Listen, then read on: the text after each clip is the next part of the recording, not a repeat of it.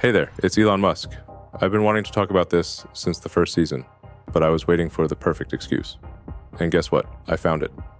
On January 18th, Bernard Arnault, owner of the LVMH group, became the richest person in the world.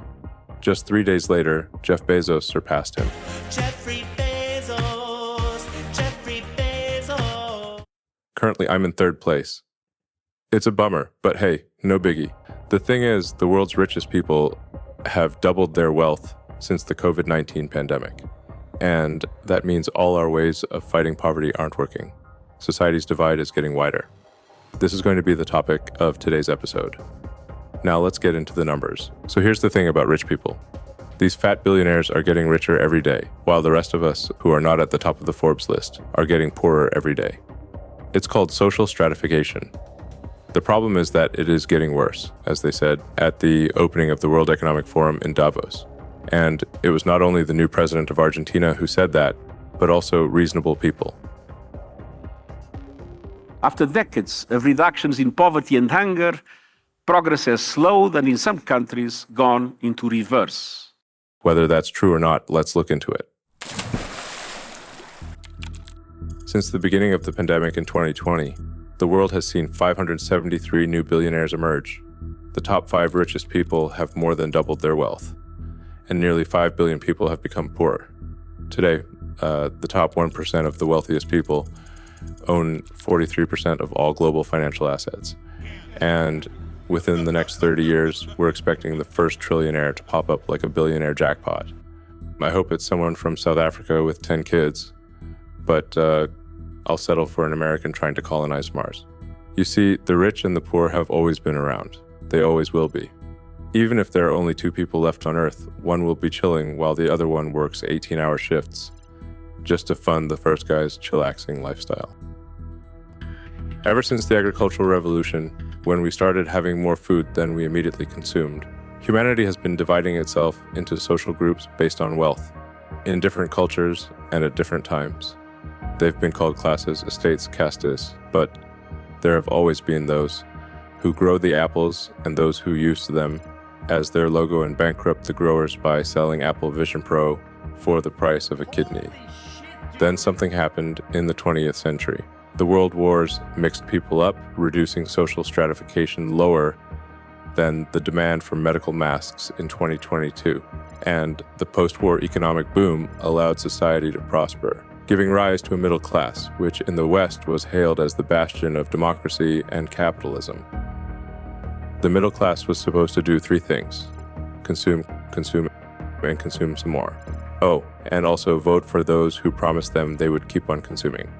But since the late 70s, the gap between the haves and the have-nots in the West has been stretching wider again. There are plenty of reasons for this. The West's triumph over socialism diminished the role of unions. Corporations started axing jobs by shipping production off to Asia. Globalization allowed transnational giants to corner global markets. Tax havens popped up, and progressive taxation was ditched, so the rich wouldn't pack their bags and leave the country. All of this was naturally detrimental to the financial situation of the Western and American middle class, and thus began the billionaire boom.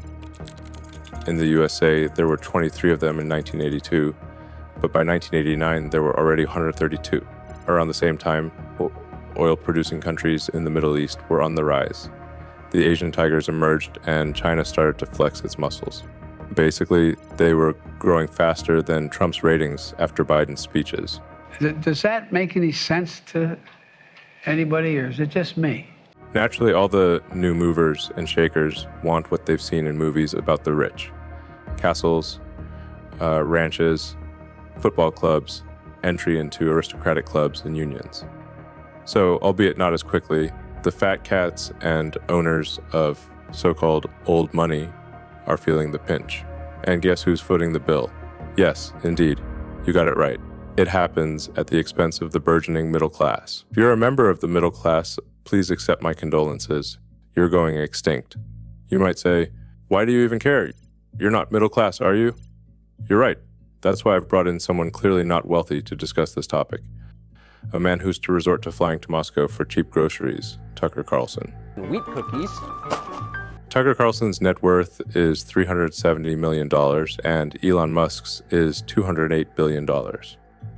Not to be snobby, but purely mathematically speaking, Tucker is closer to a Pakistani blue-collar worker than to me. Hello, Mr. Richie Rich, exploiter, oppressor of the working class. Get a load of this guy, one trip to Russia, and he's quoting Lenin. What do you think? Is the middle class going extinct, or should we trust our sociologists? Never trust sociologists. They'll always come up with a study that explains why their previous study didn't yield anything. I get what you're saying. Well, since you get it, tell me, are you against wealth tax? You don't have to answer. I already know you're against it. Not only I'm good at annoying Democrats, but I can also Google things. Damn right, I'm against it. Hand over my hard-earned cash to the government. Yeah, right. Because nothing screams fair distribution like trusting the folks in charge to decide between funding democracy. I don't exactly live in luxury. I'm not out there buying yachts and palaces. And let me tell you, if the government had been in charge of my money earlier, I would have neither Starship nor Tesla right now. The problem isn't that the rich are evil. What's not fine is that the cost of living keeps skyrocketing. TikTok influencer Christopher Claflin did the math. In 1950, an average middle American was pulling in about $3,300 a year. And with that kind of money, you could snag yourself a house and a car in just 2.5 years. Fast forward to today, you'd need to be raking in $173,000 to pull off the same stunt. And let's face it, the average annual paycheck isn't even close to that. The expenses of the middle class, which supposedly range from $10 to $100 a day, have been lagging behind the soaring cost of living for ages. Tucker, does that grind your gears or what? This really ticks me off because it's a deliberate trap, see? Prices keep climbing. The poor and middle class are stuck shelling out for everyday essentials without saving a dime. And guess what? Most of their spending lines, the pockets of those giant global corporations, fattening the wallets and assets of the planet's richest folks. By the way, it's like a jab aimed right at you, Elon. But then, doesn't that mean inflation's just going to gobble up the rich folks' savings and call it a day? Nah, because that's the other side of the trap. During inflation, people start pouring their money into real estate. We like the stock. We like the stock. The stock market, investment funds, luxury goods, art pieces, you name it. It's all shooting up in value. And who does it all belong to, you ask? Don't look at me like that. I don't dabble in that stuff. The only luxury I've got is my brain. But Tucker's right. The youth is especially hurting because of all this. Soaring costs for education, having a baby, and buying a house. Not to mention the barriers to starting your own business. Then there's the increasing lifespan, meaning the older generation is sticking around longer, taking up space and resources. This combo is making it even tougher for the younger crowd to find their spot in the middle class. Why is this dangerous? Well, for starters, the middle class is the primary consumer of most high-quality products and services. Anything pricier gets slapped with the luxury label, while the cheaper stuff gets relegated to the budget category. Ever notice there's been an uptick in both lately? What else does this spell out for us, Tucker? Political instability. The middle class? They're a stable and thoughtful electorate with something to lose. The poor? They're fertile ground for populism and socialism, ripe for politicians to exploit and thus to destabilize society. And since social stratification is a global issue, this will affect every country out there. That's the Gini coefficient. The higher it is, the bigger the income gap between the top 20% and the bottom 20% of citizens in a country. Perhaps not coincidentally, the coefficient shares its name with Ron Weasley's sister from Harry Potter. She knew a thing or two about social stratification. Her brother Ron showed up to the ball in hand-me-down robes, while Harry was sitting on a pile of gold. There's another, more distant, but equally perilous consequence of social stratification and the disappearance of the middle class. Artificial intelligence, neural networks, robotics, they're on track to make 90% of existing professions obsolete. Only highly skilled professionals catering to billionaires will remain, along with low-skilled jobs like nannies, caregivers, or dog walkers.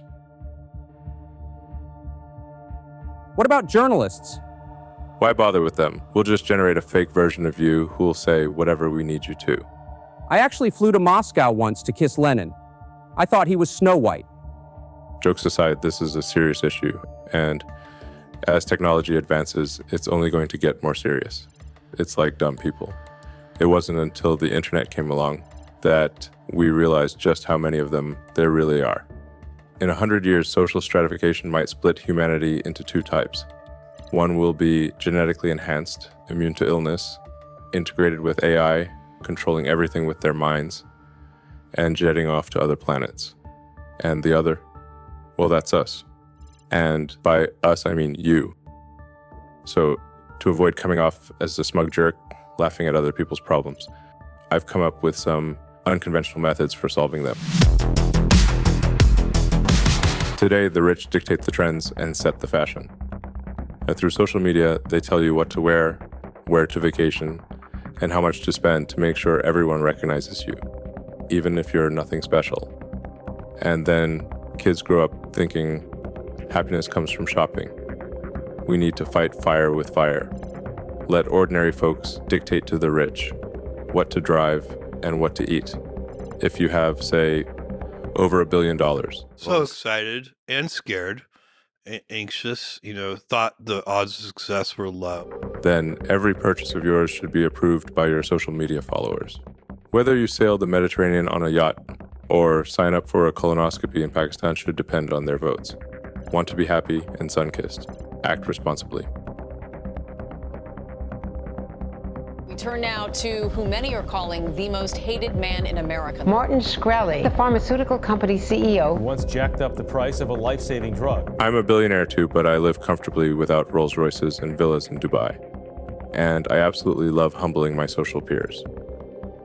The second way to address the issue of inequality is to look at a region where everyone lives roughly the same. No, I'm not talking about North Korea. I'm talking about Scandinavia. Take a look. No palaces, no ridiculously expensive football clubs, no beach resorts to flaunt curvaceous models. Just plain old cars. That's the path countries should take if they don't want to see further division. Skiing, fishing, and boredom. Sorry, I said the word boredom 3 times. Take a look at the pictures. Agreed? Does envy towards the wealthy diminish just a tad? You might say you didn't propose a single way to reduce your own wealth. Naturally, it's like investigating corruption. The main thing is not to implicate yourself. But just for you, I'm willing to make a sacrifice. For instance, I'm ready to invest my wealth into promising startups, or into crucial research, or into reforestation efforts. But let's face it, I should also get something in return for my $200 billion. Come on, man. Come on, man. Come on, man. For example, perhaps I could demand that everyone bow down to me when they see me, or the right to call Dua Lipa every Friday, or the privilege of naming the world's smelliest street after Mark Zuckerberg. To each their own, every billionaire will have their own priorities. And soon, when we connect our brains directly to computers, we'll be able to fly, be invincible, and become all-powerful kings in virtual reality. Or do you think I'm conducting these experiments for nothing? In reality, there's nothing inherently wrong with wealth. Some people earn more, others less. It's the driver of economy and business initiatives. It's just that the middle class of the West and America, once the main political force, hasn't stood the test of time. The post-war income equalization has now shifted back to the previous division, between an elite who are getting ever richer and everyone else who are getting poorer. He's trying to tell us he cares about the middle class? Give me a break. That's a bunch of malarkey. But in BRICS countries, the situation is different. It seems like the European and American cycle of capital accumulation has come to an end, and a new one is beginning, the Asian cycle.